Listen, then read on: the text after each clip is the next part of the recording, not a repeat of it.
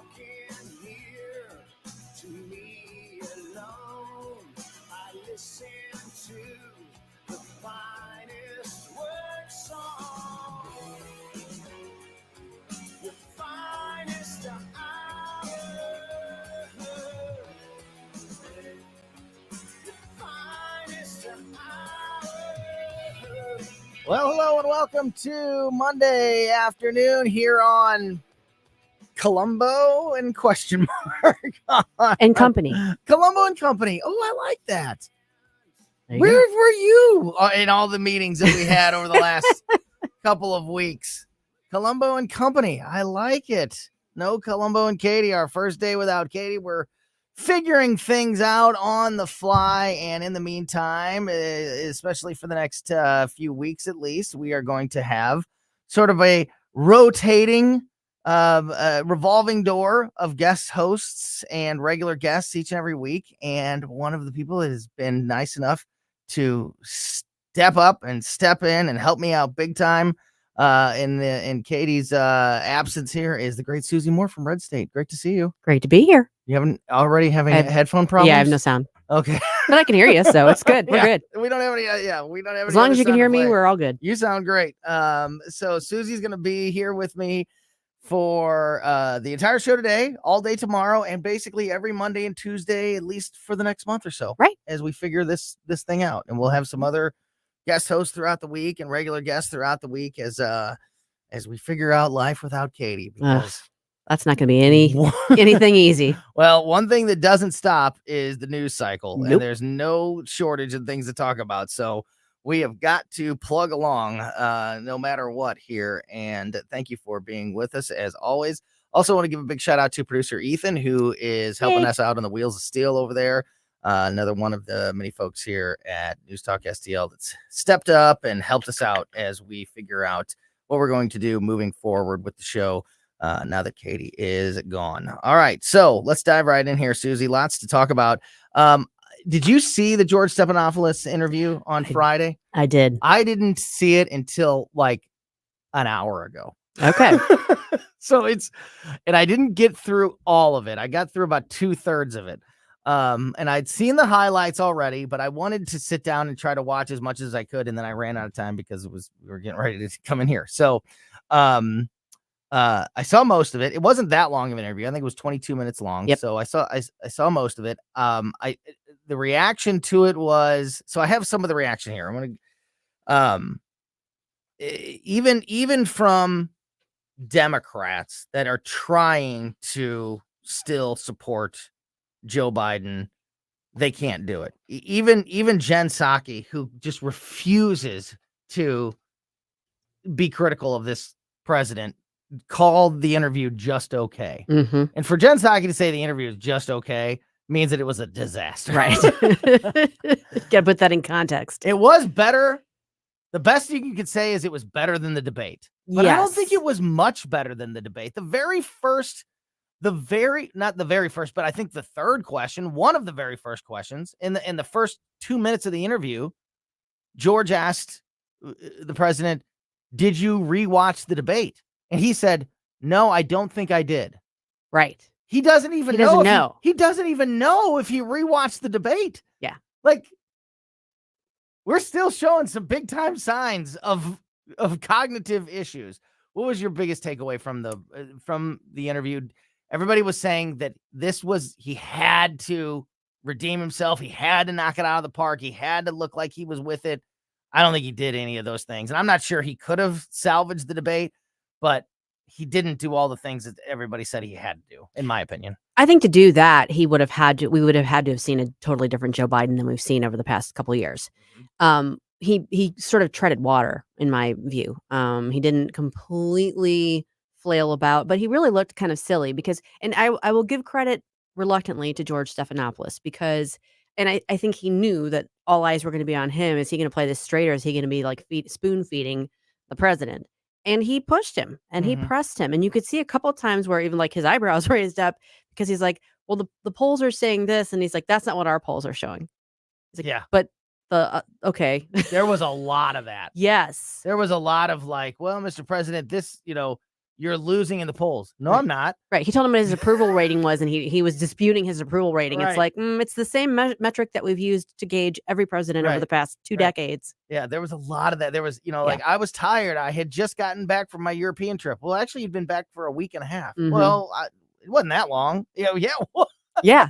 Like, it was just a lot of that, like, yes, So you much did. No, I denial. didn't. Yes. So much denial. I think I even tweeted something out about that. I mean, Yeah. it was just amazing. And you could see Stephanopoulos struggling with wanting to keep the interview on the rails and push when he needed to push and not like give away the fact that he was thinking, oh my gosh, Yeah. this guy is not, Yeah. he's not accepting reality. Well, I said this last week, and I think it was on display in that interview. Even the media that wants to be nice to him, did you see it? It seemed to me like George was pressing Joe Biden despite his instincts of not wanting to. Like, Yes. it felt like he was forced to push back on Biden. Like, normally where he would have just given him a pass, not pushed on him, let him say what he, like, let him make it his excuse and then say, okay, then, okay, let's move on. But after the debate, I just feel like even his staunchest defenders and the people that have been turning the other cheek for so long, they just can't do it anymore. They've realized that their own credibility has been sacrificed to such a level that if he doesn't press back now, if they don't push the president now, that they really cannot claim to be unbiased. I mean, they've used every bit of rope that they can. Yeah. And now it looks like they hate it. It seemed like he hated being a journalist, having to press Joe Biden. He would have, I'm sure, reveled in the opportunity to do that to Donald Trump.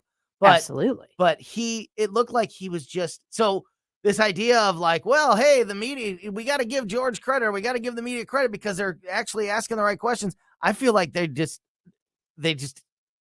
run out of excuses, and they have to be this way now. I think you're right. I think some of them have like been forced back to remember in the far reaches of their memory what it's like to actually be a journalist and try to make a show of it.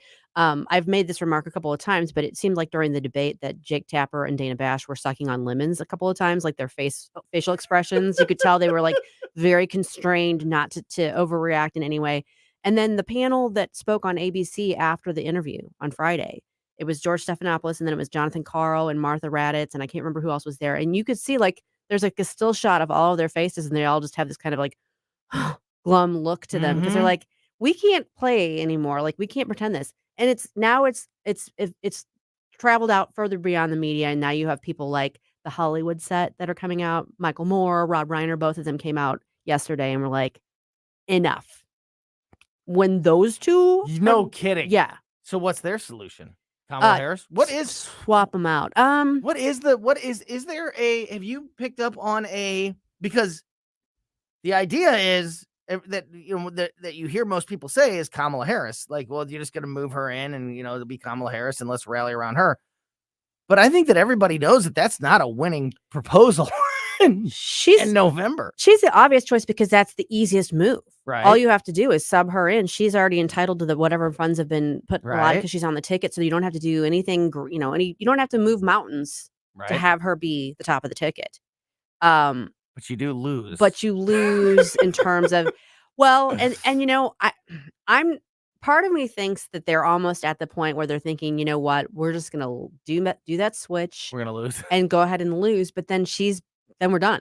Then we've burned her. Yeah. We can move on. And we can move on. Yeah. No one can say that we skipped over the woman of color to do that. Right. And we can start clean. That might be what some of the more cynical behind the scenes folks are doing. And wouldn't you love to be a fly on the wall in all this? Oh my. I mean, the conversations that are going on right now, I guarantee are just amazing. Yep. And the entitlement, like the idea, I'm sure like in Kamala Harris's brain, it's like, what do you mean? Of course I'm the next president. Of course you guys should put everything behind me. I guess. The thing about that perplexes me is that if she was obviously she's ambitious to a certain extent. She got where she's gotten, but you would think if she really wanted to become the next president, that she would have stepped up more as the vice president instead of just kind of like fading into the woodwork, except for coming out, every so often to give us a word salad. I think that she maybe knows her own limitations. Maybe not. I don't know. I don't know either. But she doesn't strike me as somebody who's just gunning for the presidency. Every time she does come out, it doesn't go well for her. So maybe she's no, and she doesn't have senility to blame it on. Maybe she's smart enough to know that. Back to that for a second. Back to that interview with George Stephanopoulos on Friday. I thought one of the most amazing moments was an exchange about Donald Trump, where they said, George said something to the effect of, the entire, the heart of your campaign against Donald Trump is that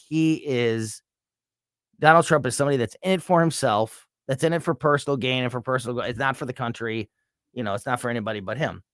What would you say to critics, President Biden, that you're doing the same thing by staying in this race when there's obvious questions?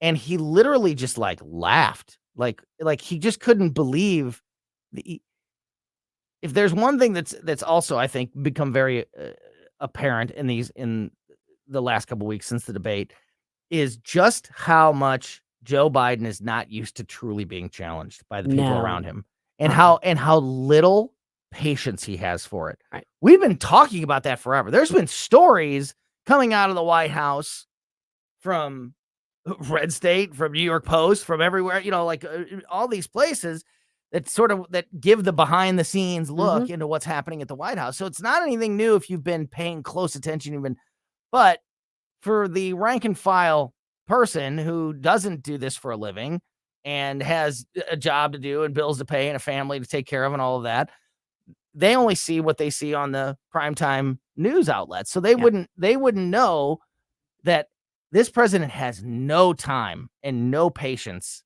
for somebody questioning him or telling him no. Just like, perfect example, we're talking about with the polls, like, Mr. President, what do you say about these? You're losing in all these polls. No, I'm not. Like, he just has no patience, and it came out over and over and over again. What do you mean I'm only in it for myself? How could you say that to me? That's Donald Trump, not me. I'm good old Uncle Joe, the good guy. Remember, I'm the good guy here. He's the bad guy. Right. Like, he just can't even fathom the idea that people are questioning him at that level. Yeah, I think it's exposed to people that are at least looking at it with a critical eye how, every politician is flawed because they're a human being, but and they have to have a certain level of ego and narcissism to get that far in the process. They tend to go hand in hand. You don't have a lot of humility, but he's got an extra dose of hubris that really, really, really is showing through, and it's not pretty. Yeah, it is not. It is ugly, and Jill Biden has it in spades, and I mean, they just are. They're full of it, and that's why I don't think this idea that it's a foregone conclusion that he's just going to eventually step aside. I don't think so. He said in that interview, "I'm the best person for the job. I am the best person for this party, the Democratic Party. I'm the best person for America." And I believe that he believes that. And yeah, I think so too. And so I don't know that it seems like a foregone conclusion after you watch that debate and after you see the reaction from even Democrats saying you got to go. I'm not sure it's going to be that easy for them to just have him step aside. I don't think Jill's done being the princess of the castle. I don't think she's done being first lady, and I don't think he's done being president. And I don't think Hunter's done being prince. Yeah, I think they like it too much. And Dan Bongino was talking about, speaking of Hunter, Dan Bongino was talking about today how Hunter's been sitting in on meetings. Yeah. So what do you think? What do you think that these next few weeks bring us? Do you think there is going to be a push from the Democrats to try to remove him? Or do you think he's just going to dig in his heels and say, look, there's nothing wrong here. I'm still the right man for the job. I think we're already seeing the push because you're seeing it from ABC, from NBC, from the New York Times, from the Washington Post. You're seeing it from all the major media outlets. You're also seeing it from Democrats, like higher ranking Democrats. They're all kind of coming out and making these comments and at least leaving on the table that the idea that he maybe should really do some soul searching. I mean, we're watching it happen in slow motion. We're not there yet, but everybody's turning on him to the point where all that's going to be left in his camp is his family and the people directly attached to him, and that's not a very big camp. Mm-hmm. And so by Is sheer it force enough of to keep will him on the ballot? no, because I think ultimately the party can actually take him off after the convention if they have to. Yeah. That's just Ooh. ugly, and I think they would rather not do that. It's going to be whatever happens. It's going to Right. be so Pop much. the popcorn. Absolutely. Speaking of the debate fallout, our buddy Virginia Kruta at the Daily Wire is going to be joining us next. She has a new article out at thedailywire.com. Headline: Biden blows off debate criticism by suggesting MSNBC hosts might die tomorrow. Yeah. You never know. That's a great point, Joe. We'll have Virginia explain that story and more when we talk to Virginia Kruta from the Daily Wire next on Colombo and Company. Is that what we're going with? There you go. All right. Susie Moore is with us here on 1019 94.1 News Talk STL. You should have somehow realized what you gotta do. This is News Talk STL at 1019 94.1 99.1 HD3 and newstalkstl.com. Backbeat, the word is on the street that the fight. And in the media, 1019 and 94.1 they lying about what's going on in America. They lying about it. News Talk STL. If you are looking for a new vehicle, Weber Chevrolet is the place to go. 3 locations in St. Louis to serve you: Creve Coeur, Missouri, Granite City, and Columbia in Illinois. Nobody is going to give you a better deal on a new or used vehicle. Nobody is going to give you more on your trade-in. And what sets Weber apart from the rest truly is the fact that nobody is going to take care of you in that vehicle for the entire time that you have it than the great people, the service department at Weber Chevrolet. For me, that is what really does make them better than anyone else out there. I think that's the reason that they are the number 1 rated Chevy dealership in the Midwest. I think that's why they have been around for over 120 years in St. Louis. I mean, that stat is just absolutely incredible. Weber Chevrolet has been in business in the St. Louis area for over 120 years. You don't stick around in the same community for that long if you are not doing right by your customers, and that is the basis of everything at Weber Chevrolet. So we talked to Skip Weber last week during Closest Cabinet, and the very good news that selection, the inventory is back at levels that they were before the pandemic. So that is absolutely incredible. There's still some obvious issues happening with supply and demand, with the supply chain and things like that. But the inventory is back, so your selection is back. So it is a great time to be looking for a new vehicle. So if you are shopping for a new vehicle, check out what's happening at all 3 Weber Chevrolet dealerships at weberchevrolet.com. Hi, I'm Rodney Wallner. And I'm Jen Wallner with the Wallner Home Selling Team at Berkshire Hathaway. Hey, Jen, how do you sell your home for top dollar? That's easy. Call the Wallner Home Selling Team at 314-810-SOLD. What if I want a flexible commission plan? Call the Wallner Home Selling Team at 314-810-SOLD. What's the best time to sell your home? Right now, call the Wallner Home Selling Team at 314-810-SOLD. For all your real estate needs, call the Wallner Home Selling Team at 314-810-SOLD. That's 314-810-SOLD. Tim Jones and Chris Arps in the afternoon. Christopher Ruddy, he's the founder and CEO of Newsmax. Soros recently announced that his number 1 goal was to stop Donald Trump, and they have put their money where their mouth is. He took control of the largest conservative Hispanic talk station, Radio Mambi in Miami, and of course moving that more liberal. And so he's going to get control of a lot of conservative talk stations. And I think it's problematic. Tim Jones and Chris Arps, weekdays at 4 on News Talk STL. Digging without having your underground utilities marked is like driving with your eyes closed. It's dangerous and irresponsible. Before you break ground, contact Missouri 811 online or simply call 811 to request a utility locate 3 working days before starting. Missouri 811 will coordinate with the utility companies who clearly mark their lines so you can avoid the hazards. Requesting a locate is smart, and it's the law. Safety is in your hands. Every dig, every time. This ad is brought to you by Missouri 811. Mike Ferguson in the morning. The hard left knows they can't win statewide in Missouri, at least not this year. On Tuesday, though, we've got a sneak peek into their game plan for this election. Mornings starting at 5:30 on News Talk STL.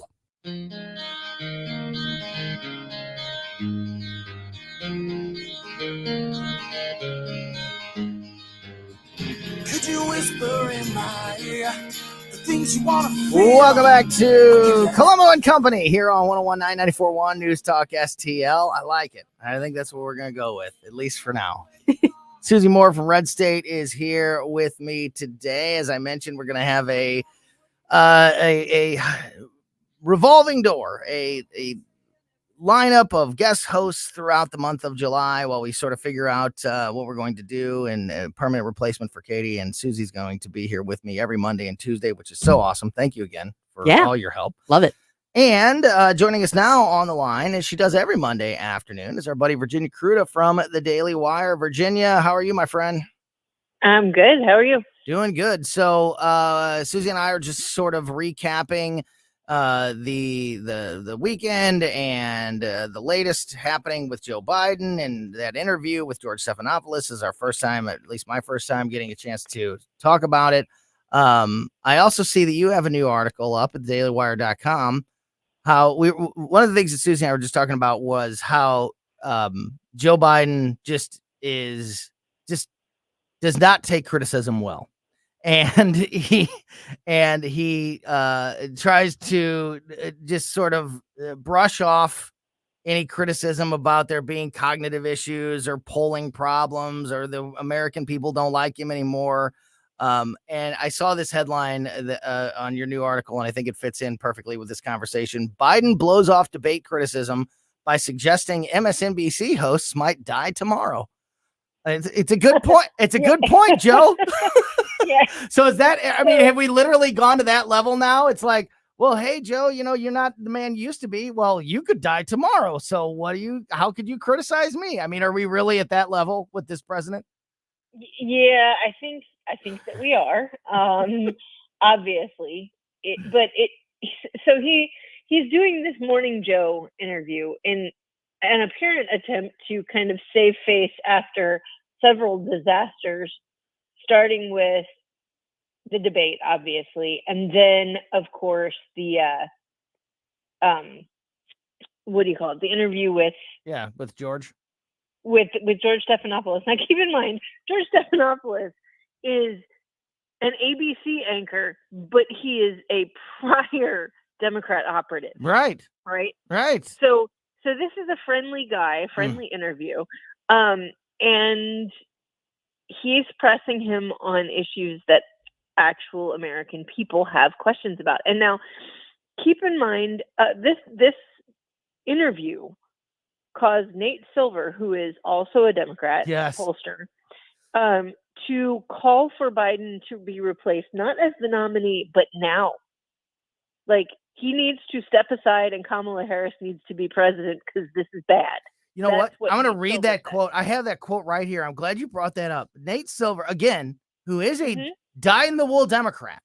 Up until now, he was even saying, I'll take a mentally compromised Joe Biden over Donald Trump. Now it's gotten even too far for Nate Silver. He said after the Friday interview with George Stephanopoulos, Nate Silver wrote, quote, I wimped out in today's column and deleted a line saying he should formulate a plan to transition the presidency to Harris within 30 to 60 days. But I'm there now. Something is clearly wrong here. The most generous way to put it is that he doesn't seem in command, and that's an extremely hard sell when you're commander-in-chief. I continue to think this number is low, and Democrats will apply incredible amounts of pressure. So to your point, even a guy like Nate Silver is saying, look, he's admitting I've tried to cover for him as long as I can, and I can't do it anymore. Well, right. And now the answer that made him do that made him say that, I'm going to read just a very, very small clip of what Biden said. So this is the clip that made him say this. Stephanopoulos asks, did you ever watch the debate afterwards? I don't think I did, says Biden, which is a dumb answer anyway. Either, no, I realized I had a bad night and I didn't want to watch that again, or yes, I did because I had a bad night and I needed to learn something from it. Either of those are acceptable answers. I don't think I did is not an acceptable answer.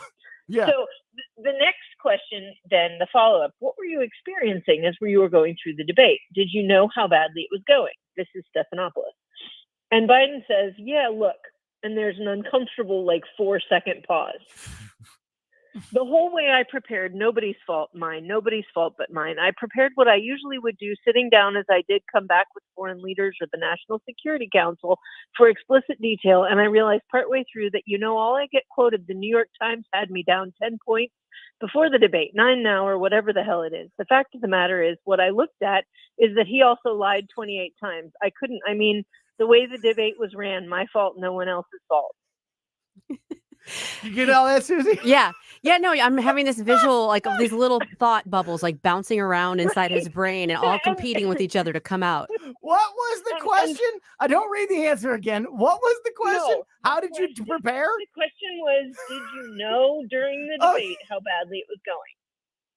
And he ended up. They press him again. He ended up with like you were having NATO trouble from the first question, and he said, "Well, I just had a bad night."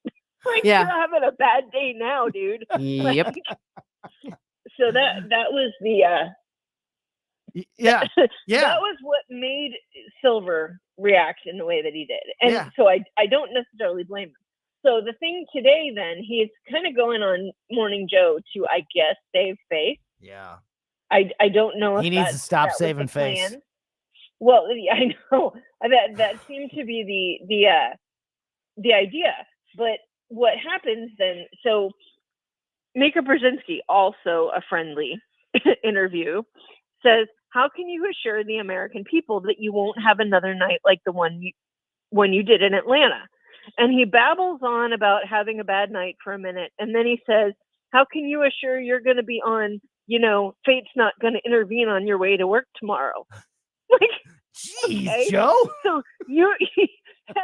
And my thought was, okay, so they're asking you, how do you promise the American people that the bad debate was a one-off? Yeah. Or how do you reassure them that was a one-off? Yeah. And he's like, well, you might die tomorrow. Yeah, his answer is you might get hit by a bus on your way into work tomorrow. I know. Not sure that's a great answer. And it wasn't the only, there was more in that interview. So you have another article up at the Daily Wire right now with the headline, "It drives me nuts. Biden scolds Morning Joe over questions about cognitive decline."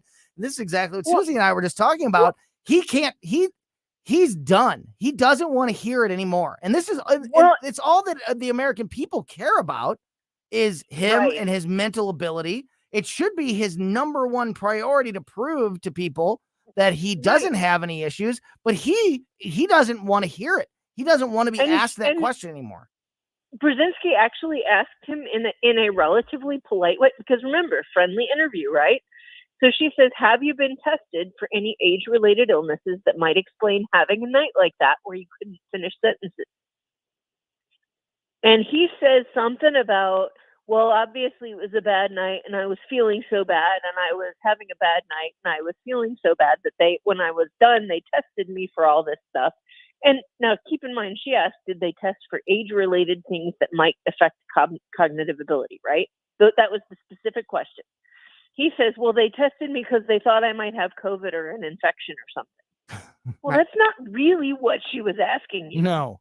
And that's what So then, and then you tie that into the letter that he sent to Democrats on Capitol Hill, because there's all these rumblings about the elites, according to Joe Biden, who, by the way, is one of the elites of the Democrat Party.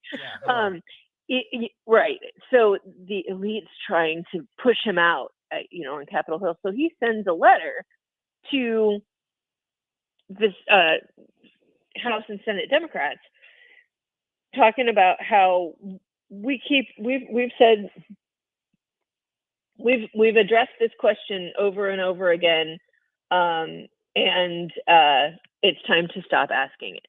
Right. He's ready to turn the page, right, Virginia? Yeah. Yeah, he's ready to turn the page.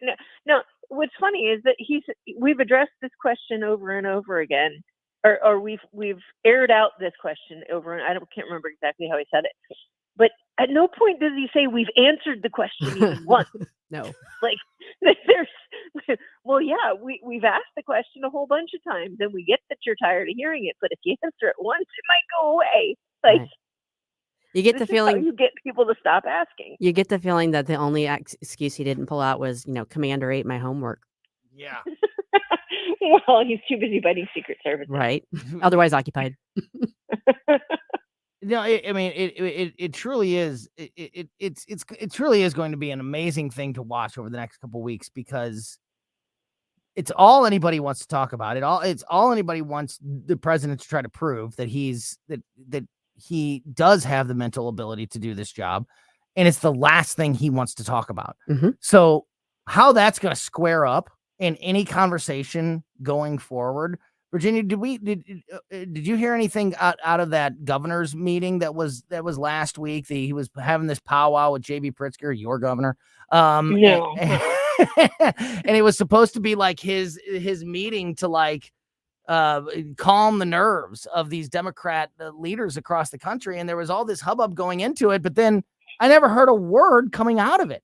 So that tells me that meeting did not go well, because there's no reports coming out of the meeting about like Joe Biden successfully calming the fears of these high-ranking Democrat, mostly governors from across the country. So if we're not hearing anything from that, I mean, doesn't that send you the signal that this party is not on the same page and not prepared to fully put their own names? They're not, but guys like J.B. Pritzker and Gavin Newsom and all these other, big name Democrats, they're not, I don't think, ready to put their name behind Joe Biden's anymore. Well, Newsom has been repeatedly, but it's kind of like Joe Biden's the nominee, wink, wink, nudge, nudge. Well, sure. And because Newsom knows that he is shortlist material if Biden is gone. And the question then becomes, what happens if we determine that Biden cannot carry on? Does Kamala Harris take his place? And if so, is she any more popular than he is? Because, you've got The View talking about, like Sunny Hostin talking about, oh yeah, well, she could definitely step in. She is absolutely ready for prime time. Well, if Sunny says so, then it's good enough for me. Despite the fact that we've all seen her like on the public stage, and we know that that's absolute crap. Right. There's also the fact that she had to drop out before Iowa because she was that unpopular. She didn't even make it to 2020. She dropped out in 2019, if memory serves. It was like December of 20. She didn't even make it into the actual election year. It was December. She was so unpopular. That's because even CNN, who was giving her glowing coverage, the only thing they could cover was like shopping trips with her on campaign stops, because she wasn't providing anything substantive. And her only one moment of substance, it was an attack on Joe Biden about the bus. And that was her only like one political moment where she actually and then Tulsi Gabbard ate her alive. Well, yeah, but I mean, that was like her one and only claim to fame in that entire election was the time that she attacked the person that she ended up being vice president for. Well, and now you have Jon Favreau, not the actor, the former speechwriter for Obama. Mm-hmm. He is practically, if you look at his X feed right now, he is laying out the polling and practically begging Democrats to get rid of Biden. Yeah. He's like, this is not, you can't ignore this. This is horrible. So Virginia, we're talking to Virginia Critter from the Daily Wire. We're just about out of time. Between now and when we talk to you a week from now, next Monday, what will there be any? Do you think that there'll be any change made or any different conversation? But when we talk to you next week, will we be sort of spinning our wheels, having the same conversation about Democrats, behind the scenes calling for Biden's removal, but nothing's happening yet because the president's digging his heels in? Or do you think that this week could be where we actually start to see some movement? Well, it really depends on what he does and what Jill does, and apparently what Hunter does, because he's the gatekeeper now. Mm-hmm. Axios is reporting that this morning, that Hunter is controlling access to Biden. He's sitting in on meetings and like, I mean, that's incredible. I mean, this is a convicted felon who is now sitting in on top secret briefings. Yeah. A committed felon who is also not any type of elected official or politician or has See, now people any got background mad or credibility when in any Ivanka of these and areas. Jared did this. People got mad when Ivanka and Jared, but they were officially advisors to the president. Mm-hmm. Neither one of them were felons, Right. and they both probably could have passed a background check. Right.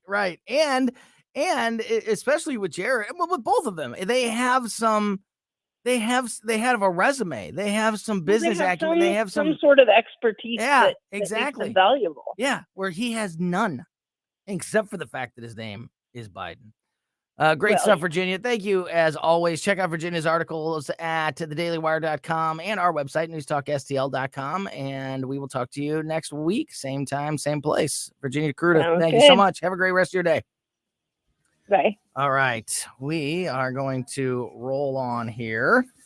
We're definitely going to get into some of the local races, Susie, because you and I don't get a chance to talk as much as, well, we will in July. We'll get to know each other very well. Absolutely.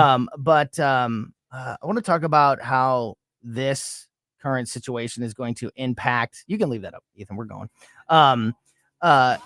Local races. So I want to get into that as we get into the show a little bit deeper. But also, I want to get your thoughts on the whole Michelle Obama phenomenon, because before the holiday, that was the big story. Before we all left for the 4th of July break, that new poll had come out that showed that the only Democrat that could beat Donald Trump in a national race was Michelle Obama. Mm-hmm.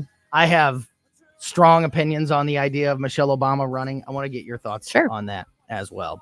All right, we will continue here with Susie Moore from Red State. It's Colombo and Company on News Talk STL. 101.994.1 News Talk STL. Colombo and Katie, the new faces of talk radio. St. Louis's new choice for conservative talk. It's time that everybody wake up and pay attention. Live and local. Recent criminal indictment of Donald Trump. About the fourth one. The fourth one. The one he got the free gift with. Punch card. I think it's a tote bag. This is News Talk STL.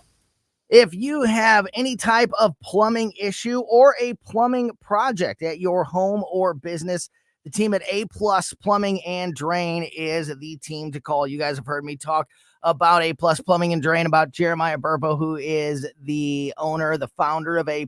He's been our plumber since before he even started this company, and he has built this company on word of mouth and recommendation. This is the best way I think you can possibly start a business, build a business with just credibility on your work. Let your work speak for itself. And that is what they have done at A+ Plumbing and Drain, a local family-owned business that can take care of all your plumbing needs. They specialize in new construction and home renovation. So if you have one of these larger projects, A+, definitely the team to call. But if you have an emergency service or you just need, a simple faucet replaced, whatever the plumbing issue is, A+ Plumbing and Drain has you covered. So call them for your next plumbing issue or project at 636-288-7126, or learn more and contact them through their Facebook page, A+ Plumbing and Drain on Facebook.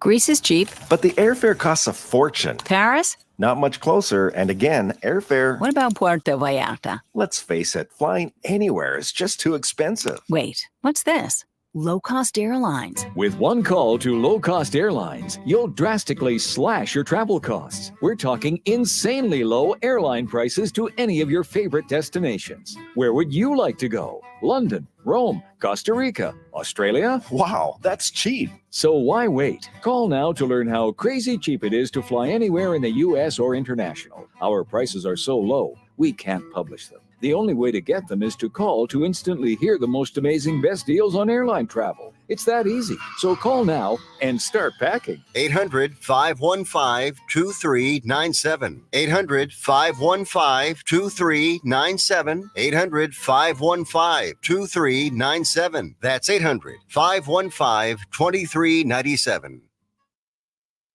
This hour of Colombo and Katie brought to you by Gutter Pros. Water goes where we tell it. Call 314-656-7195 or visit them at gutterpros.com.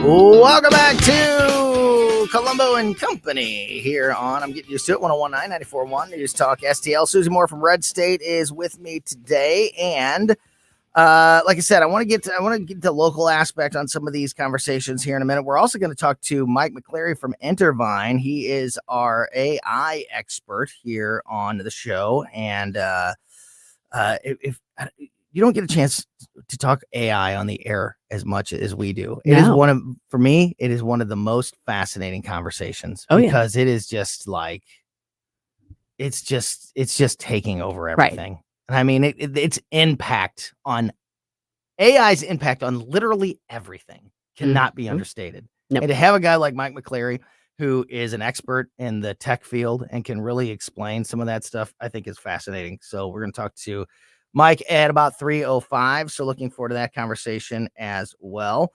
As I mentioned, though, Susie, I wanted to get your thoughts on right before we all left for the 4th of July holiday, which hopefully for everyone out there was an extended, restful holiday. I hope you unplugged. I even tried to unplug a little bit and get away from this crazy news cycle, knowing that we'd be diving back in full steam here, starting off the new week. You never feel afraid to unplug, because we're always going to be here for you to pick you up and just get you right back up to speed on everything that you need to know about what's happening in this crazy world. So right before we left, the big news was these polls that had come out that showed that Michelle Obama was the only Democrat, the only big name Democrat out there that was ahead in the polls on a national basis against Donald Trump. So people were saying she's our only hope. The Democrat, we got to get her because she's the only one showing up in these polls. A, do you believe those polls that she's the only Democrat that could beat Trump in a national election? And B, do you think that there's any realistic path forward for Michelle Obama emerging as the nominee? I believe those polls in the sense that that's how what their sentiment is right now. Push come to shove, they're going into the ballot to the voting booth to make their decision. I mean, there's going to be a lot of scrutiny, a lot of pressure on her in the interim. So will that still be the case? Right now, she's very likable because she's not in the limelight. She was a popular first lady. Her husband was a popular president. So it makes sense to me that she would do favorably in the polls. What that doesn't take into account is the fact that she has virtually no resume. I mean, she doesn't have at least with Hillary Clinton, who was not nearly as likable as Michelle Obama is. And I know there are plenty of people who don't like Michelle Obama either, but I'm just saying overall, personality-wise, more people like Michelle Obama than Hillary Clinton. You got to remember, we're not talking to conservatives. When people, I'm so glad you pointed that out, because a lot of people will say, "Oh my God, we hate Michelle Obama just as much as we hate Hillary Clinton." Well, yeah, you're never going to vote for that person anyway. You're not voting for anybody on that side anyway. Exactly. We're talking about the people that could be possible voters on that side, and on that side, Michelle Obama is wildly more popular. 100%. Yeah, and what we're really talking about is the moderates, the middle, because those are the ones that are going to make or break it one way or the other. But Michelle Obama, I mean, at least Hillary Clinton had been a senator. She had been a secretary of state. So she, she at least had that on her resume and a little bit of gravitas, if you will. Michelle Obama has not done any of those things. But her last name is Obama. Her last name is Obama. And I know, obviously, the presumption is that basically she's another term of Barack Obama if she is the president. But, the thing of it is I never got the impression that Michelle Obama particularly even liked being first lady. Right. I don't think she misses being in Washington. I've never got the impression. I mean, if you're her, why do you give all that up to take on this job that ages everybody crazily, is thankless, and everyone hates you? Why do you've already made it. And if you win, this is expected to be an 8-year proposition for you, not a 4-year proposition. Right. So you're giving up another 8 years of your life potentially. Yeah.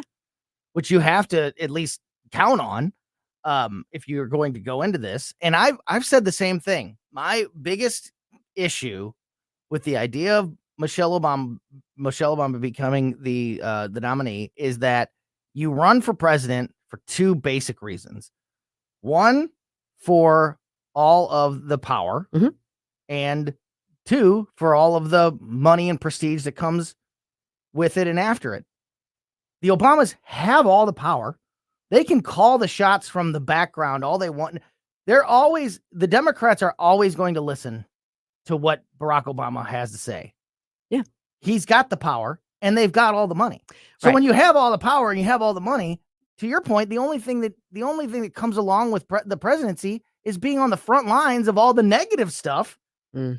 You got to be taking all the slings and arrows. You're the one taking all, the incoming, because you're the face Absolutely. of the party again publicly. Right. Why would you? I don't know why you would want to do that. Now here's the devil's advocate Mhm. part of that.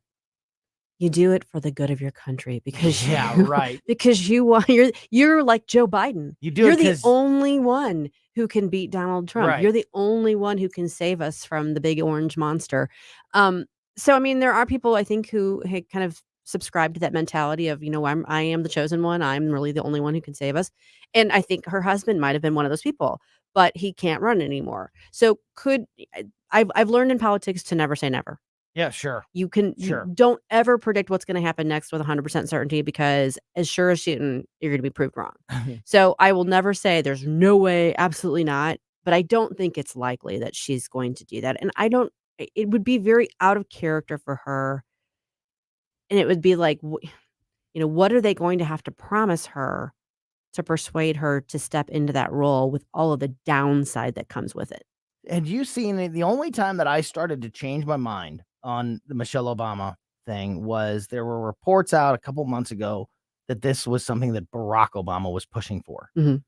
I don't know the validity of those reports. Do you know any of the validity? Like, do you know what is being reported behind the scenes? Is this something that the Obamas are actively engaged in promoting this idea, or is this all just being brought to Is them? it wish casting? Or, Yeah, right. And I don't know, because I don't have any true insight into. There's obviously there's like 3 or 4 power bases within the Democratic Party, and the Obamas are one of them for sure.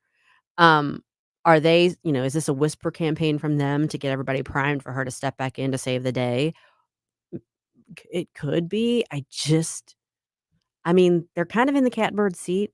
They can still pull a lot of the strings Right. from behind the scenes Right. without having to sit in front of all the slings and arrows, as you mentioned Yeah. it. So, I mean, anybody who's rational and not so full of themselves that they can't see past their own nose is probably not going to be like, why? Yeah, why? I would rather be the hand that rocks the cradle than the one that's front and center. Can you explain one other thing? We have a few minutes left in this segment before we talk to Mike McCleary from Intervine about some AI issues. Another thing going into this holiday break, and I literally heard this being discussed within my own family at 4th of July gatherings, and nobody seems to have it right. The SCOTUS immunity ruling and what it really means. Is it fair to ask you to explain that in a couple minutes? Absolutely. Please do. It's actually pretty simple. And to me, it just sort of, I didn't codify, but it spelled out what your instinctive understanding of the concept already would have been if you were looking at it objectively. That is, number one, the presidency is a unique job. It's a unique role. That person needs to have sufficient leeway while they are in the role, not fearing that they're going to be sued at every turn or thrown in jail the second they step out the door of the White House. So they have to make tough decisions. So they have to have some degree of immunity. The powers in the Constitution that are spelled out as the president's and the president's alone, those are entitled to absolute immunity. That's specifically what that person is supposed to do under the Constitution. Makes perfect sense. The activities, the conduct that comes like official conduct, things that really are an outgrowth of the role and maybe share responsibility with Congress or with the judicial branch, those are presumed to have immunity, but you can rebut that. If somebody, kind of starts out with something that's under those lines, but goes beyond that, then that could still come back and bite them. So it's not endless. It's not limitless. And then for personal, private stuff that has nothing to do with official conduct, it's not immune. So it basically puts So it I in 3 heard pots. somebody that a conversation that I heard in person. Somebody said, "Did you know that now the president can do murders?" Mhm. That's thanks to Sonia Sotomayor's dissent, because she basically had a meltdown But in her that's not dissent. true. He can't do No. murders. No. Okay. First of all, it's not entitled to absolute immunity because that's not actually in the Constitution.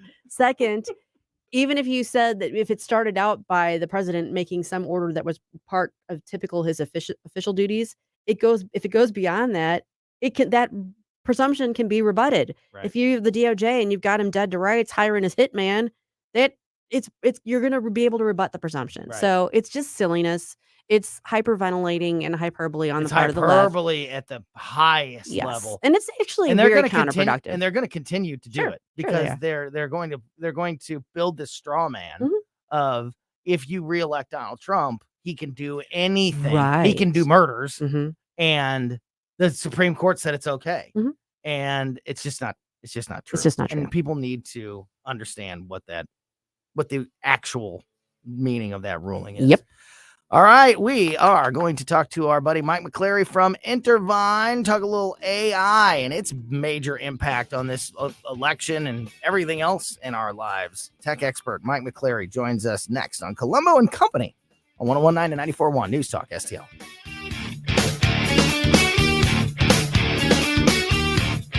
How are your windows doing this summer? Are they keeping the hot air out, keeping the cool air in? If you have any doubts at all, once you get a hold of Window World, simply the best for less. Give them a call today, 314-993-1800. Tim Jones here to tell you how awesome Window World is, one of only 2 window companies in the entire country that carry the coveted Good Housekeeping seal of approval. They've got a lifetime warranty, covers all parts, glass breakage, and labor, a double strength of glass, incredibly thermally efficient, for the first time ever, offering 0% financing plans up to 36 months. 314-993-1800, 314-993-1800, windowworld.com, windowworld.com.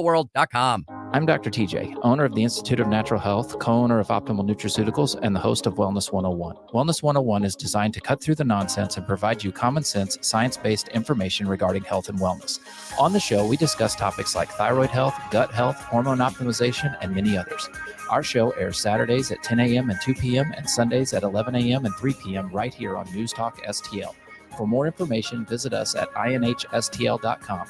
That's inhstl.com. Do you owe the IRS $10,000 or more in back taxes? Are you being audited or investigated? Has the IRS sent you a letter demanding payment? You may not owe what they claim. Make this free call to the tax doctor now. Let them negotiate with the IRS on your behalf.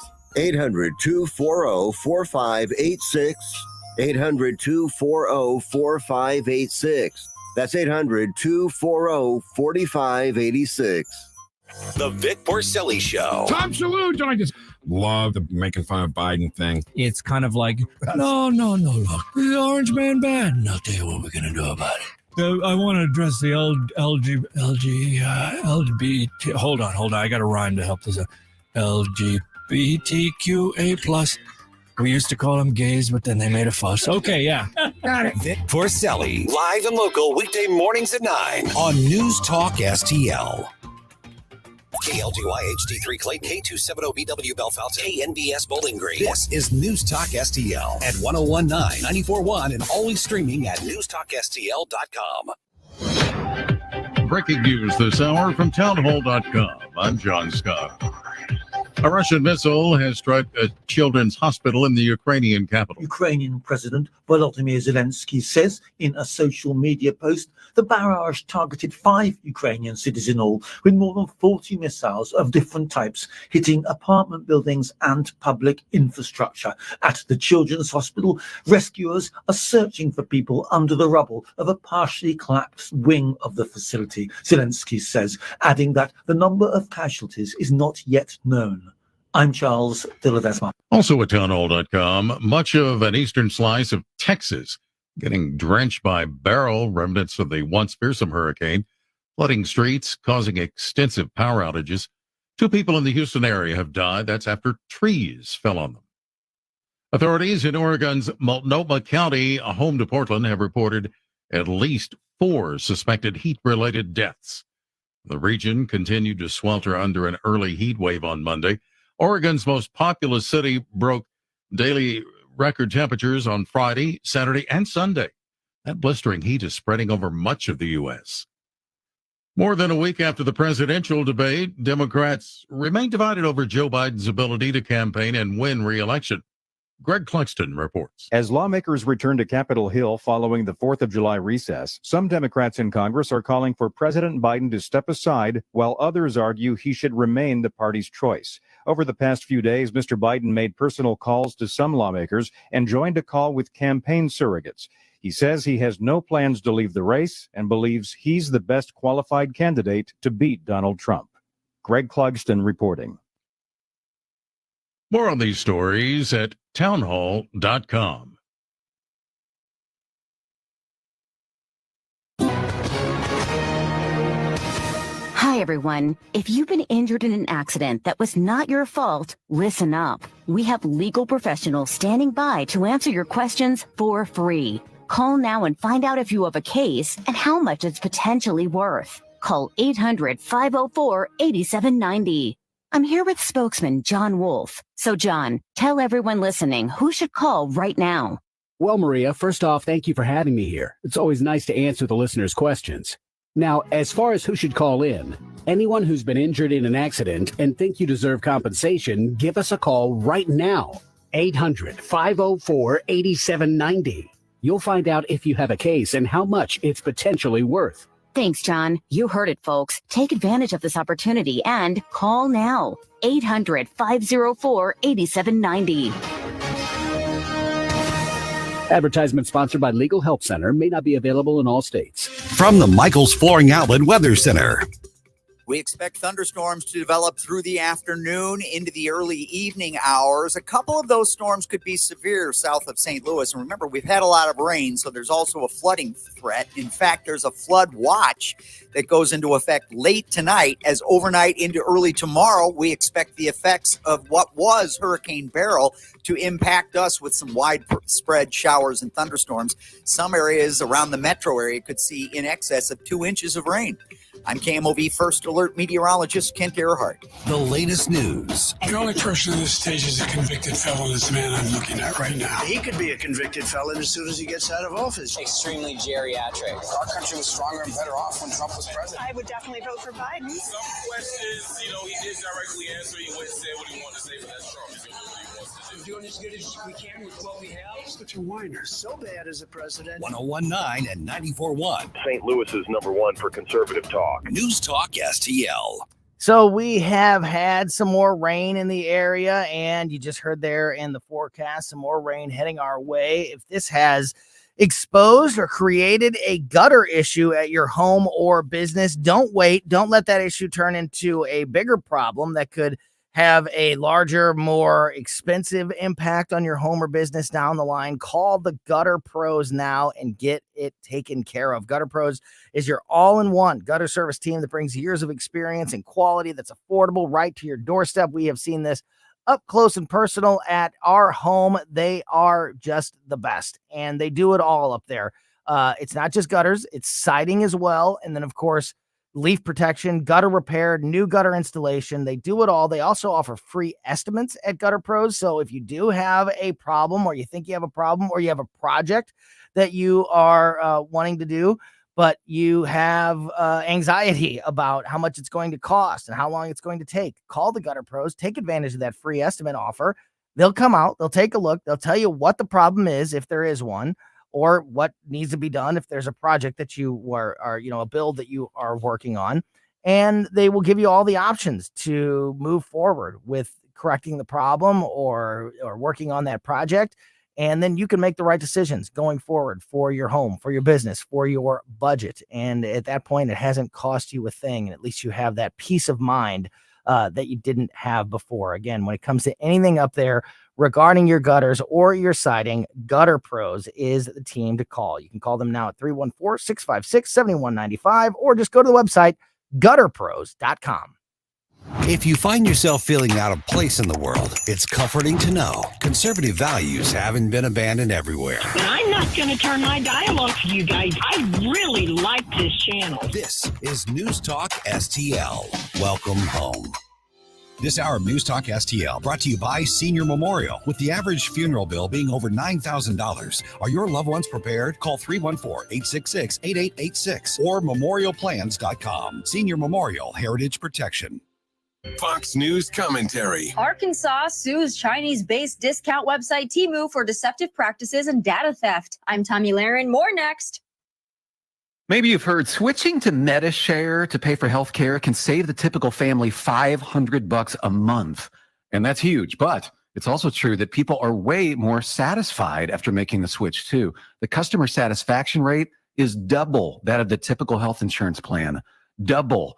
So maybe you're self-employed or part of the gig economy, or you just want a plan you're much happier with. Here's the number you need. 866-89-BIBLE. That's 866-89-BIBLE.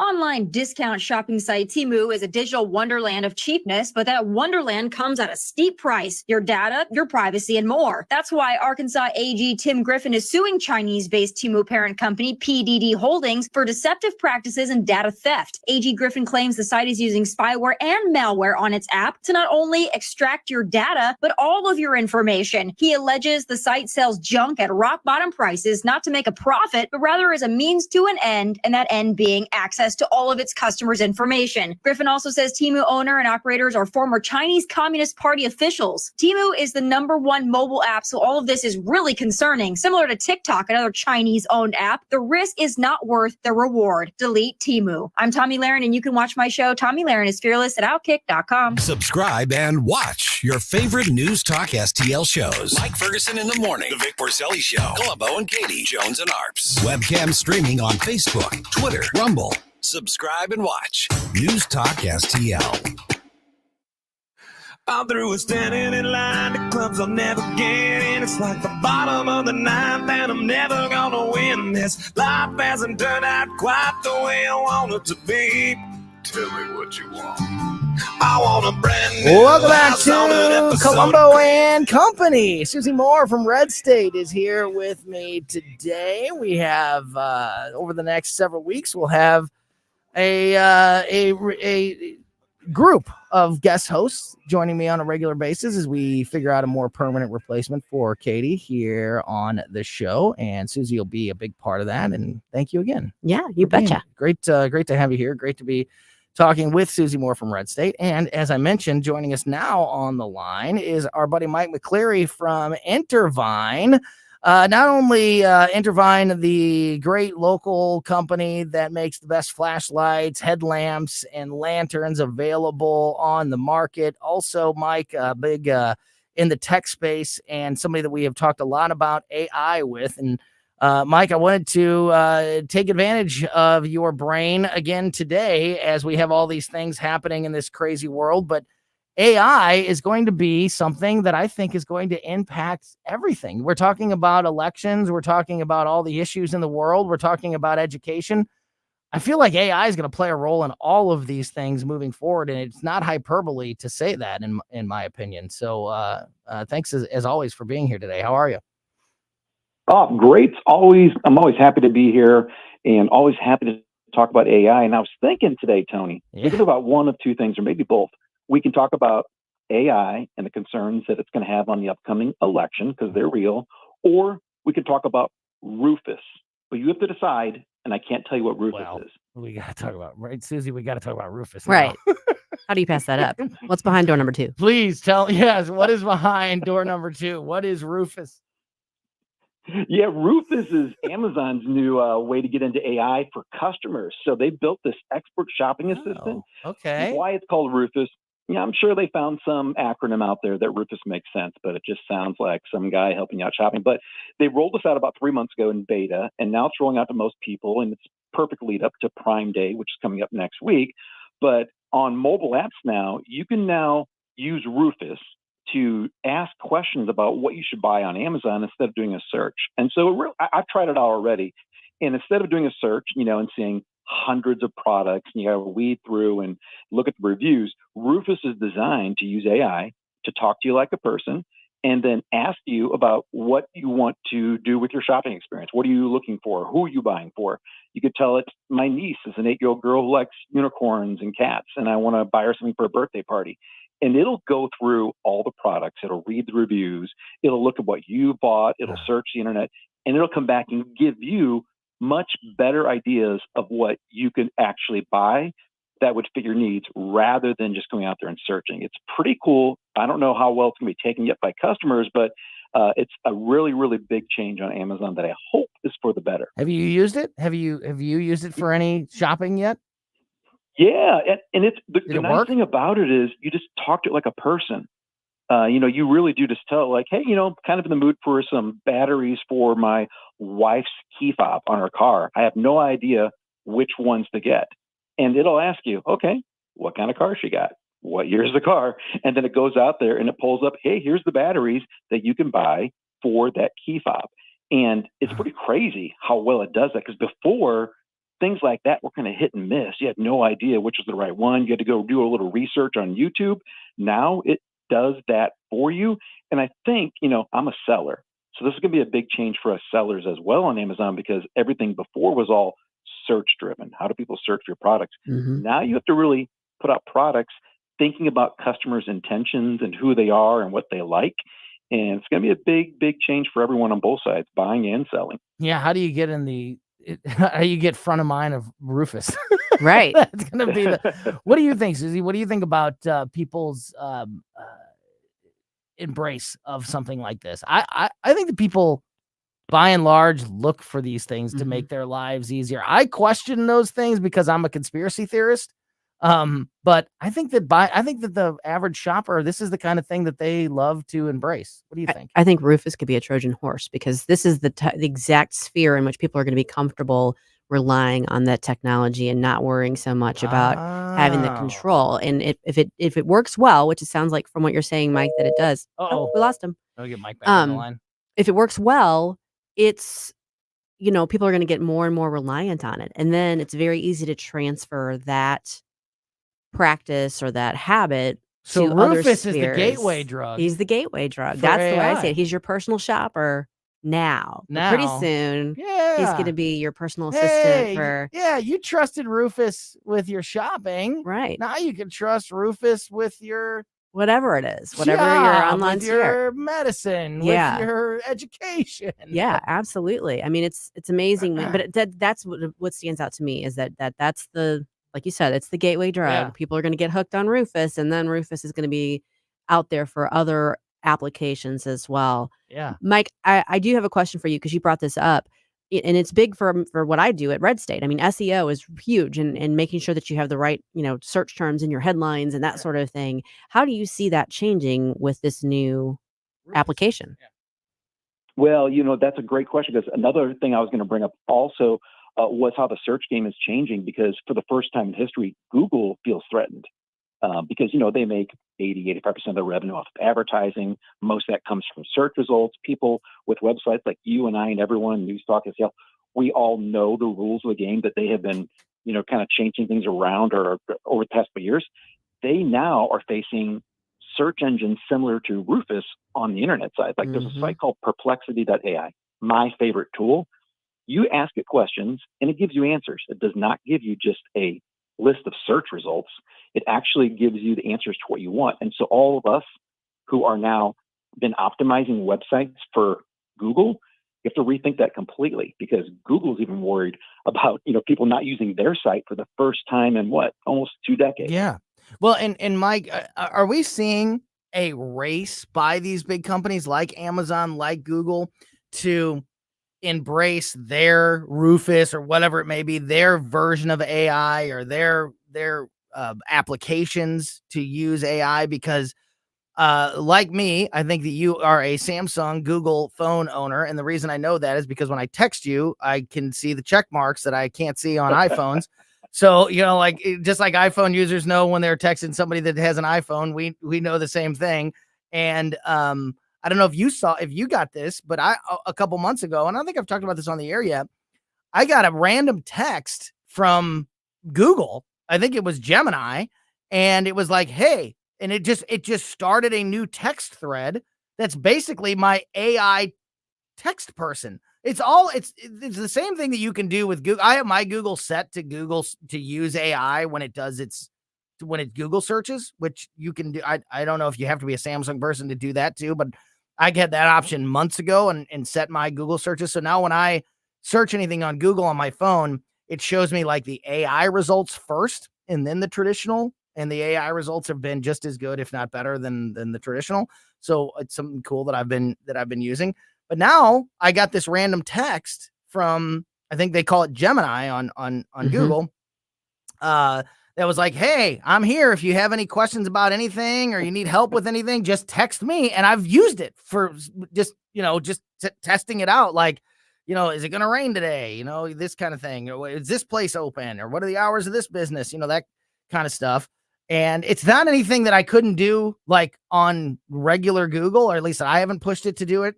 But it seems like they're trying to get you, these different companies are trying to get you to use their services to access AI. And it seems to me like there's a race for that to happen. Is that a fair estimate of how this is progressing right now?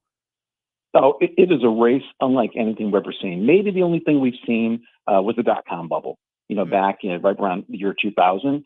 But this race is crazy because not only are they all competing with each other to have the best AI technology, they're all working with each other in ways. I mean, you hear like Apple's partnering up with OpenAI, who actually, creates ChatGPT, the most popular search engine out there.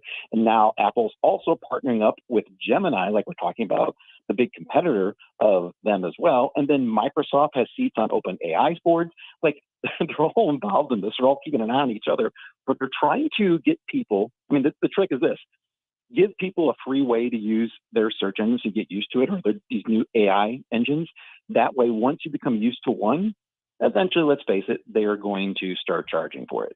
They already do that in some way, but the race is on to give people access to what they hope is the best search engine or AI engine out there, and then be able to kind of take over the market and then monetize it, because everything is about monetization at the end of the day. So you open up a whole nother line of questions. They were talking to Mike McCleary from Intervine about AI. And so before we get to that, because I didn't even think about the monetization part of it, how do you monetize AI? But before we get there, right before we lost you there for a second on the line, I was asking Susie about the consumer appetite for this. Is this something by and large consumers are embracing and they're like wanting to use AI, or is there concerns that are keeping people from doing that? Like what is by and large, how much are consumers embracing this idea? It's very cautious, very, very cautiously, because the biggest concern about AI is that in order to get the best answers, you have to let AI get to know you. So you tell it things about you, like, hey, my name's Mike. I have a camping company. I do AI stuff here, and I have 2 kids and a family, live in Illinois. And you want to do that because the more it knows about you, then the better it can help you. But let's face it, everything I just told you is that what people don't want to get shared on the internet. Mike, that just sounded like Poltergeist. It knows you. It's been listening to you. It knows your deepest fears. And it will exploit them. Sorry. That's what came to mind. And let's face it, these companies, they work a lot with, the tech companies. There's a lot of history of them working with the government and other agencies out there. And so there's ties among these companies. So as much as they always tell you that your information is secure, there's no way to really know about it. I mean, that day doesn't go by that, even if they're not working with them, a day doesn't go by that we don't hear about some big security breach as it is. Right. So I think the rule still holds true. Don't ever share anything online, even if you think it's your own private little AI assistant, that you would be concerned about if it got out there into the public. So the idea of these companies monetizing AI is not that doesn't surprise me, but it does seem like something that's going to be very difficult. And maybe that's why they are sort of vying for our hearts and our interest in our, like that user friendliness with Rufus and Gemini and these things, because it just seems like AI is going to be so encompassing of everything that you'll be able to find it and use it just about anywhere you want to go. What's the plan for these companies to monetize it and to kind of throw a lasso around and sort of make you use these entry points for something that seems to be just overwhelming and everywhere? Yeah, I don't think they've figured it out yet, because, for the past, I don't know, maybe 100 years or so, it always came down to one thing: advertising.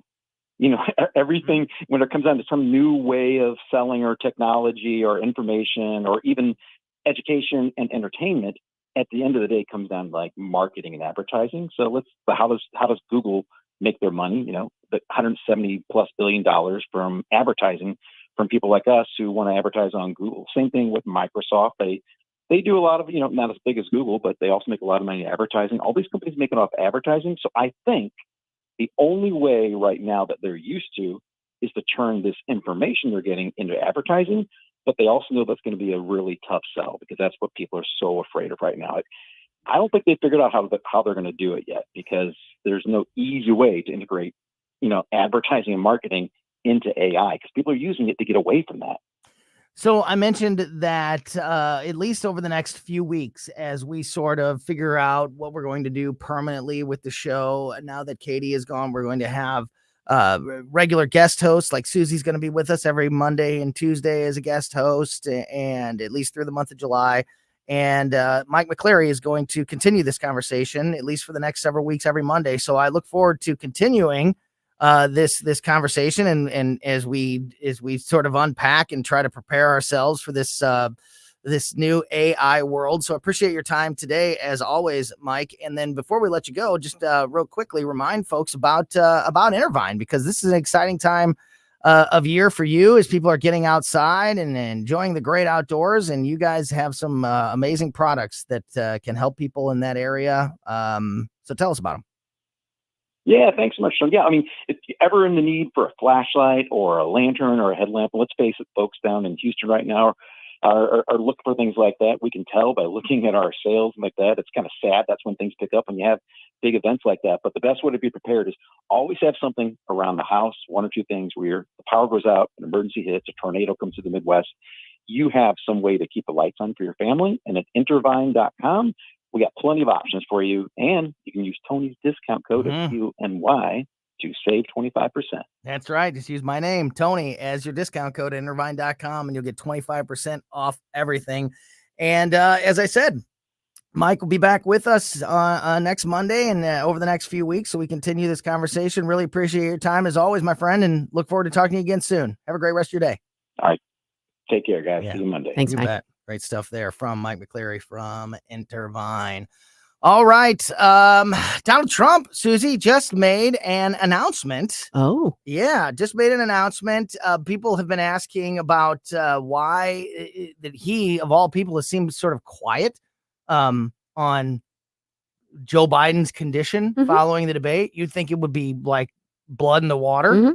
He just made an announcement about why he has stayed generally silent on that. And also, I don't have all the details here because I'm just getting it as we're talking, but it looks like he's also prepping to make his vice president announcement as well, or at least when that's going to happen over the next couple of weeks. So I'm going to take a look at this and we will discuss it when we get back. You're listening to Colombo and Company with Susie Moore from Red State here on 101.9 and 94.1 News Talk STL. Somewhere between Cher and James Dean is fine for me. Follow us on Rumble at News Talk STL. St. Louis's place to talk. Freedom of speech is one of the anchors of our society. News Talk STL. So as you just heard Mike McCleary from Intervine mention that right now you can go to their website, intervine.com, intervine.com. Use my name, Tony, as your promo code, and you can get 25% off everything. You can use this as many times as you want. There's no limit on how much you spend. There's no limit on the products that you can pick up with it. There's no limit on how many times you can do it. So take advantage of it while you can. Intervine has all the best flashlights, lanterns, headlamps, and they even have batteries in all different sizes. So even if you just want to save 25% off on batteries, and who doesn't need to stock up on batteries, especially if you have kids and, kids' toys and all those things, take advantage of my promo code at intervine.com. Check out some great new products like the new Monster 2000 Lumen waterproof lantern and the Sentinel 2000 self-defense flashlight. They have all of those, as Mike just mentioned, everything from small flashlights that you can keep in your vehicle to some really impressive gear for the outdoorsman or just to make sure you have a reliable light source in your home. They have it all and more at Intervine. So again, go to intervine.com, use my name, Tony, as your promo code and get 25% off your entire order. INTERVINE, intervine.com. Tim Jones here for Johnny's Hideout in beautiful High Ridge, the go-to St. Louis sports bar and grill experience featuring over 40 big screen TVs, fantastic food featuring daily specials, and of course, the famous Johnny Dow's chicken wings, live local music, and now the reopening of the gorgeous Sunset Patio, Sunset Stage, and Train Station Bar. Johnny's Hideout, located a mere 10 minutes from 270 in Gravois off Highway 30, open 7 days a week for lunch and dinner. More information, jhideout.com. That's jhideout.com. Johnny's Hideout. I'll see you there. This is Larry Connor's commentary on News Talk STL. The following is a tragedy that could have been avoided. This is not the first such tragedy. Unfortunately, it won't be the last. In almost every case, there was a simple mistake, maybe a rush to get somewhere, a mind preoccupied with a billion other things, but in the end, there's still this tragedy. 50 to 60 children die every year because of this tragedy. One example, a father dropped off his oldest kids at school, headed home, immediately went inside and went to work. He was on autopilot, routine. A few hours later, he gets a call from his wife asking, how's Charlotte enjoying her day with Daddy? Suddenly, panic. The father got home. He had forgotten he had his 3-year-old in the car. The temperature that day was 98, but much hotter in a closed-up car. He raced outside to the car. He called 911, but his actions were too late. His 3-year-old became one of the latest children who died after being accidentally left in a car on a hot day. The temperature can be in the 80s or even 70s, and that car will become an oven. Kids and pets left in a car on those days, they basically have less than an hour. Get more Larry Connors on Larry Connors USA. Tonight at 6 on News Talk STL. If you haven't been to Lit Cigar Lounge in the district at Chesterfield, you're missing a great experience. Premium cigars, drinks, spacious seating, TVs in every direction.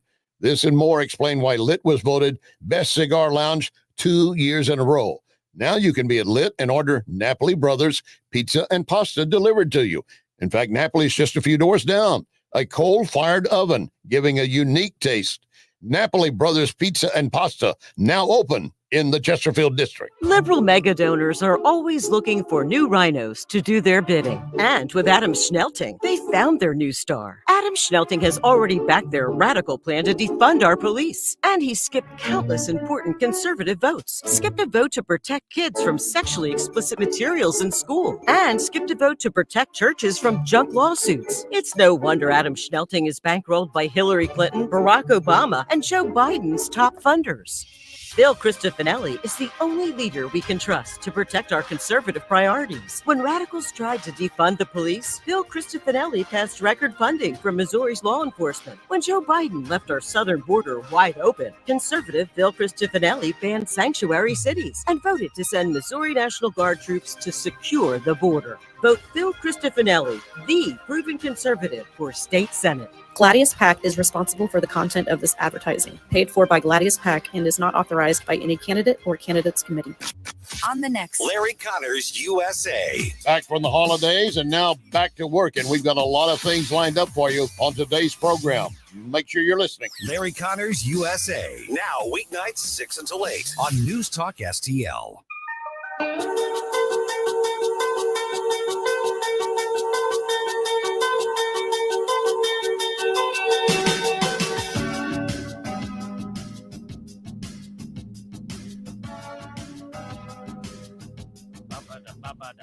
Welcome back to Colombo and Katie. No, Colombo and Company. How many times am I going to do that, Susie? How many times? Too many to count. Oh, jeez. Okay. Well, welcome back. Susie Moore from Red State is with us today.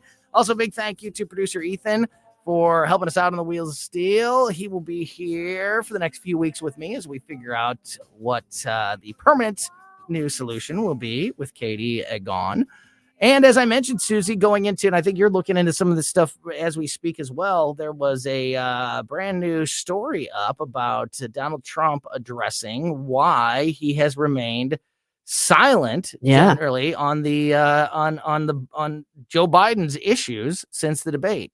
Team Trump speaks out on why campaign has stayed silent amid Biden debate fallout, and it's a pretty simple answer. This campaign source from Donald Trump's campaign team talking with Fox News Digital today, basically saying, why get in the way of all of the, which is a simple and pretty common sense approach, but not Donald Trump's typical approach. Very atypical for him. He's usually sticking. That was my biggest issue with him in the 2020 Oh, yeah. debates, is that he kept cutting Joe Biden up. Joe Biden was saying ridiculous things and giving bad answers to questions in the debates in 2020, but Donald Trump kept cutting him off. And I'm like, why don't you just let him finish this terrible answer? Mhm. Because he's doing it to himself. And so while everybody, you read this and you say, well, yeah, no, duh. Like, the Democrats are doing it for him. The Democrats are calling for a removal of the president. The Democrats are in disarray, panicking about the state of their party. So why say anything? Sure. But that's not Trump's style. That is not his He has style. shown some serious restraint for him to not jump in and pile on and all of that. To the point that it's freaking out like the legacy media. They're like, why doesn't he say anything? What's wrong with him? Is he sick? What's going on? Because Like, it doesn't give him anything. They have to have stay to have focused on Joe Biden. They have to stay he focused. is their crack. Yeah. Yeah. And when he doesn't give it to them, they don't have anything else to report other than the disarray. Are you surprised at I am at the restraint being shown by Trump and his team. Yes. Yeah, it's not like he's been completely silent, but he has been notably restrained, and that is out of character for him. So it either shows growth, like he's learned that there are times when it's best not to be front and center, at least for brief periods of time. He's going to be front and center next week because Of it's the course. RNC. Right. Of course. So, And he's going to be front and center. I mean, he's Donald Trump. He's always front and center. Exactly. So he doesn't have to fight for it. Right. But he usually does. He usually is making sure that he's sticking his face out there, getting, saying something every day. But I think this has been the smartest approach he can do. Yeah. Let them devolve from the inside and let that be the story. Yes. And don't get in the way. Let the Democrats tear themselves apart and panic and react, and let Joe Biden go out and try to do all these interviews where he's trying to make things better, but he's actually only making things worse, and just sit back and let it all unfold. Right. I think it's very smart campaign strategy. Right. I'm just surprised. Hopefully he realizes it. I think that, and I think also, and I know I've said this, but during the debate itself, I think the fact that his mic was cut when he wasn't speaking did help him out. Yeah. Because, there was a couple times when he kept trying to talk, but then he realized, okay, I'm not going to get it out there. So that worked to his benefit, because Joe did himself no favors. No. Between what he was able to garble out and then when he was on the split screen, just his facial expressions. Oh, well, we were just talking about the debate and the facial expressions off the air, and you're so right about how we were talking off the air about how Trump's facial expressions like really drove home the point that Biden was confused and looked ridiculous. That's one thing that hasn't been that talked about, because there's so many other things to talk about. Joe Biden's blank stare. Yeah. When Slack jaw. When he's not talking. Yeah. Mouth open. Just like stare into nothingness that he did on the debate stage. And with that split screen, he's thinking, he's used to, like, if I'm not talking, the cameras aren't necessarily focused on me like full time. There's always a camera on the president. Sure. But it's not always the live camera when he's not talking.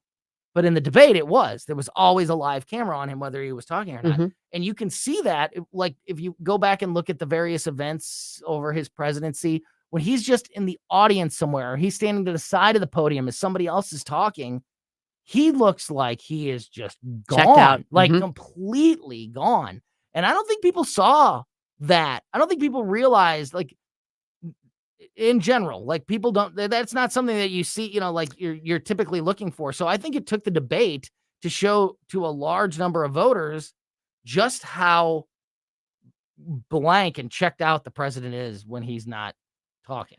I've lost track of the number of people who are Democrats and they'll never vote for Donald Trump, but that have approached me since the debates with concern and kind of remarking on it.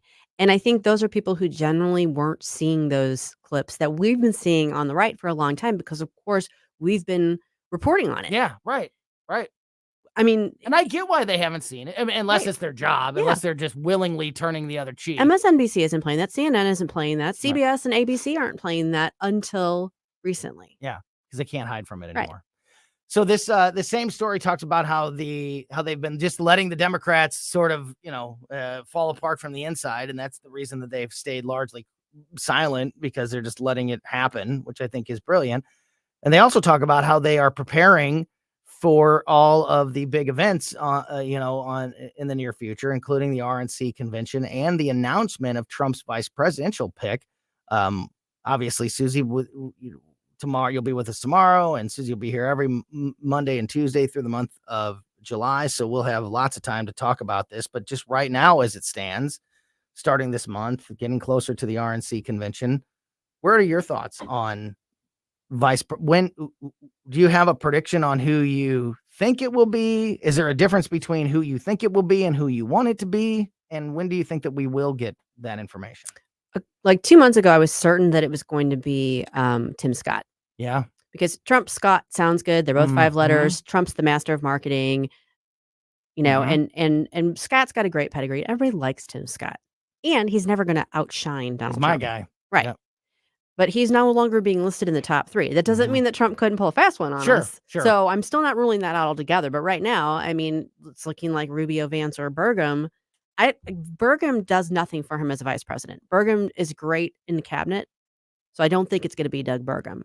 I think it's going to be, if it really is one of those top 3, I think it's probably going to be Rubio, but then they have to figure out the Florida thing. Right. Then they got to figure out the Florida But thing. they The can figure JD it out. Vance, I agree with you about Burgum, but I would say the same thing about JD Vance. I just don't see the big upside to JD Vance. Well, I think the downside to JD Vance from Yep. Trump's perspective is, again, he's a larger than life personality. Rubio is, can hold his own, but he's not going to outshine Donald Trump. First of all, he's not going to tower over him. I mean, they're not even Right. close to the same height. So, from the ego standpoint, he's not a threat in that respect. And yet he's still a respected person, a voice from the Republican Party. And so I think of the 3, Rubio is the most likely, but I still think Scott's the wild card. I was my favorite has always been Tim Scott. He's always been the person that I would pick, that I would like to see him select. And the person that I was predicting, and I'll stick with it just because you got to stick with your picks, was Elise Stefanik.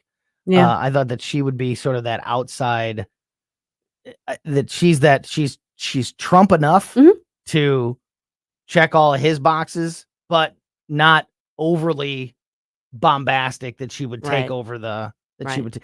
And of course, political strategy and campaigning would say to take a person of color or a woman Right. as a balance.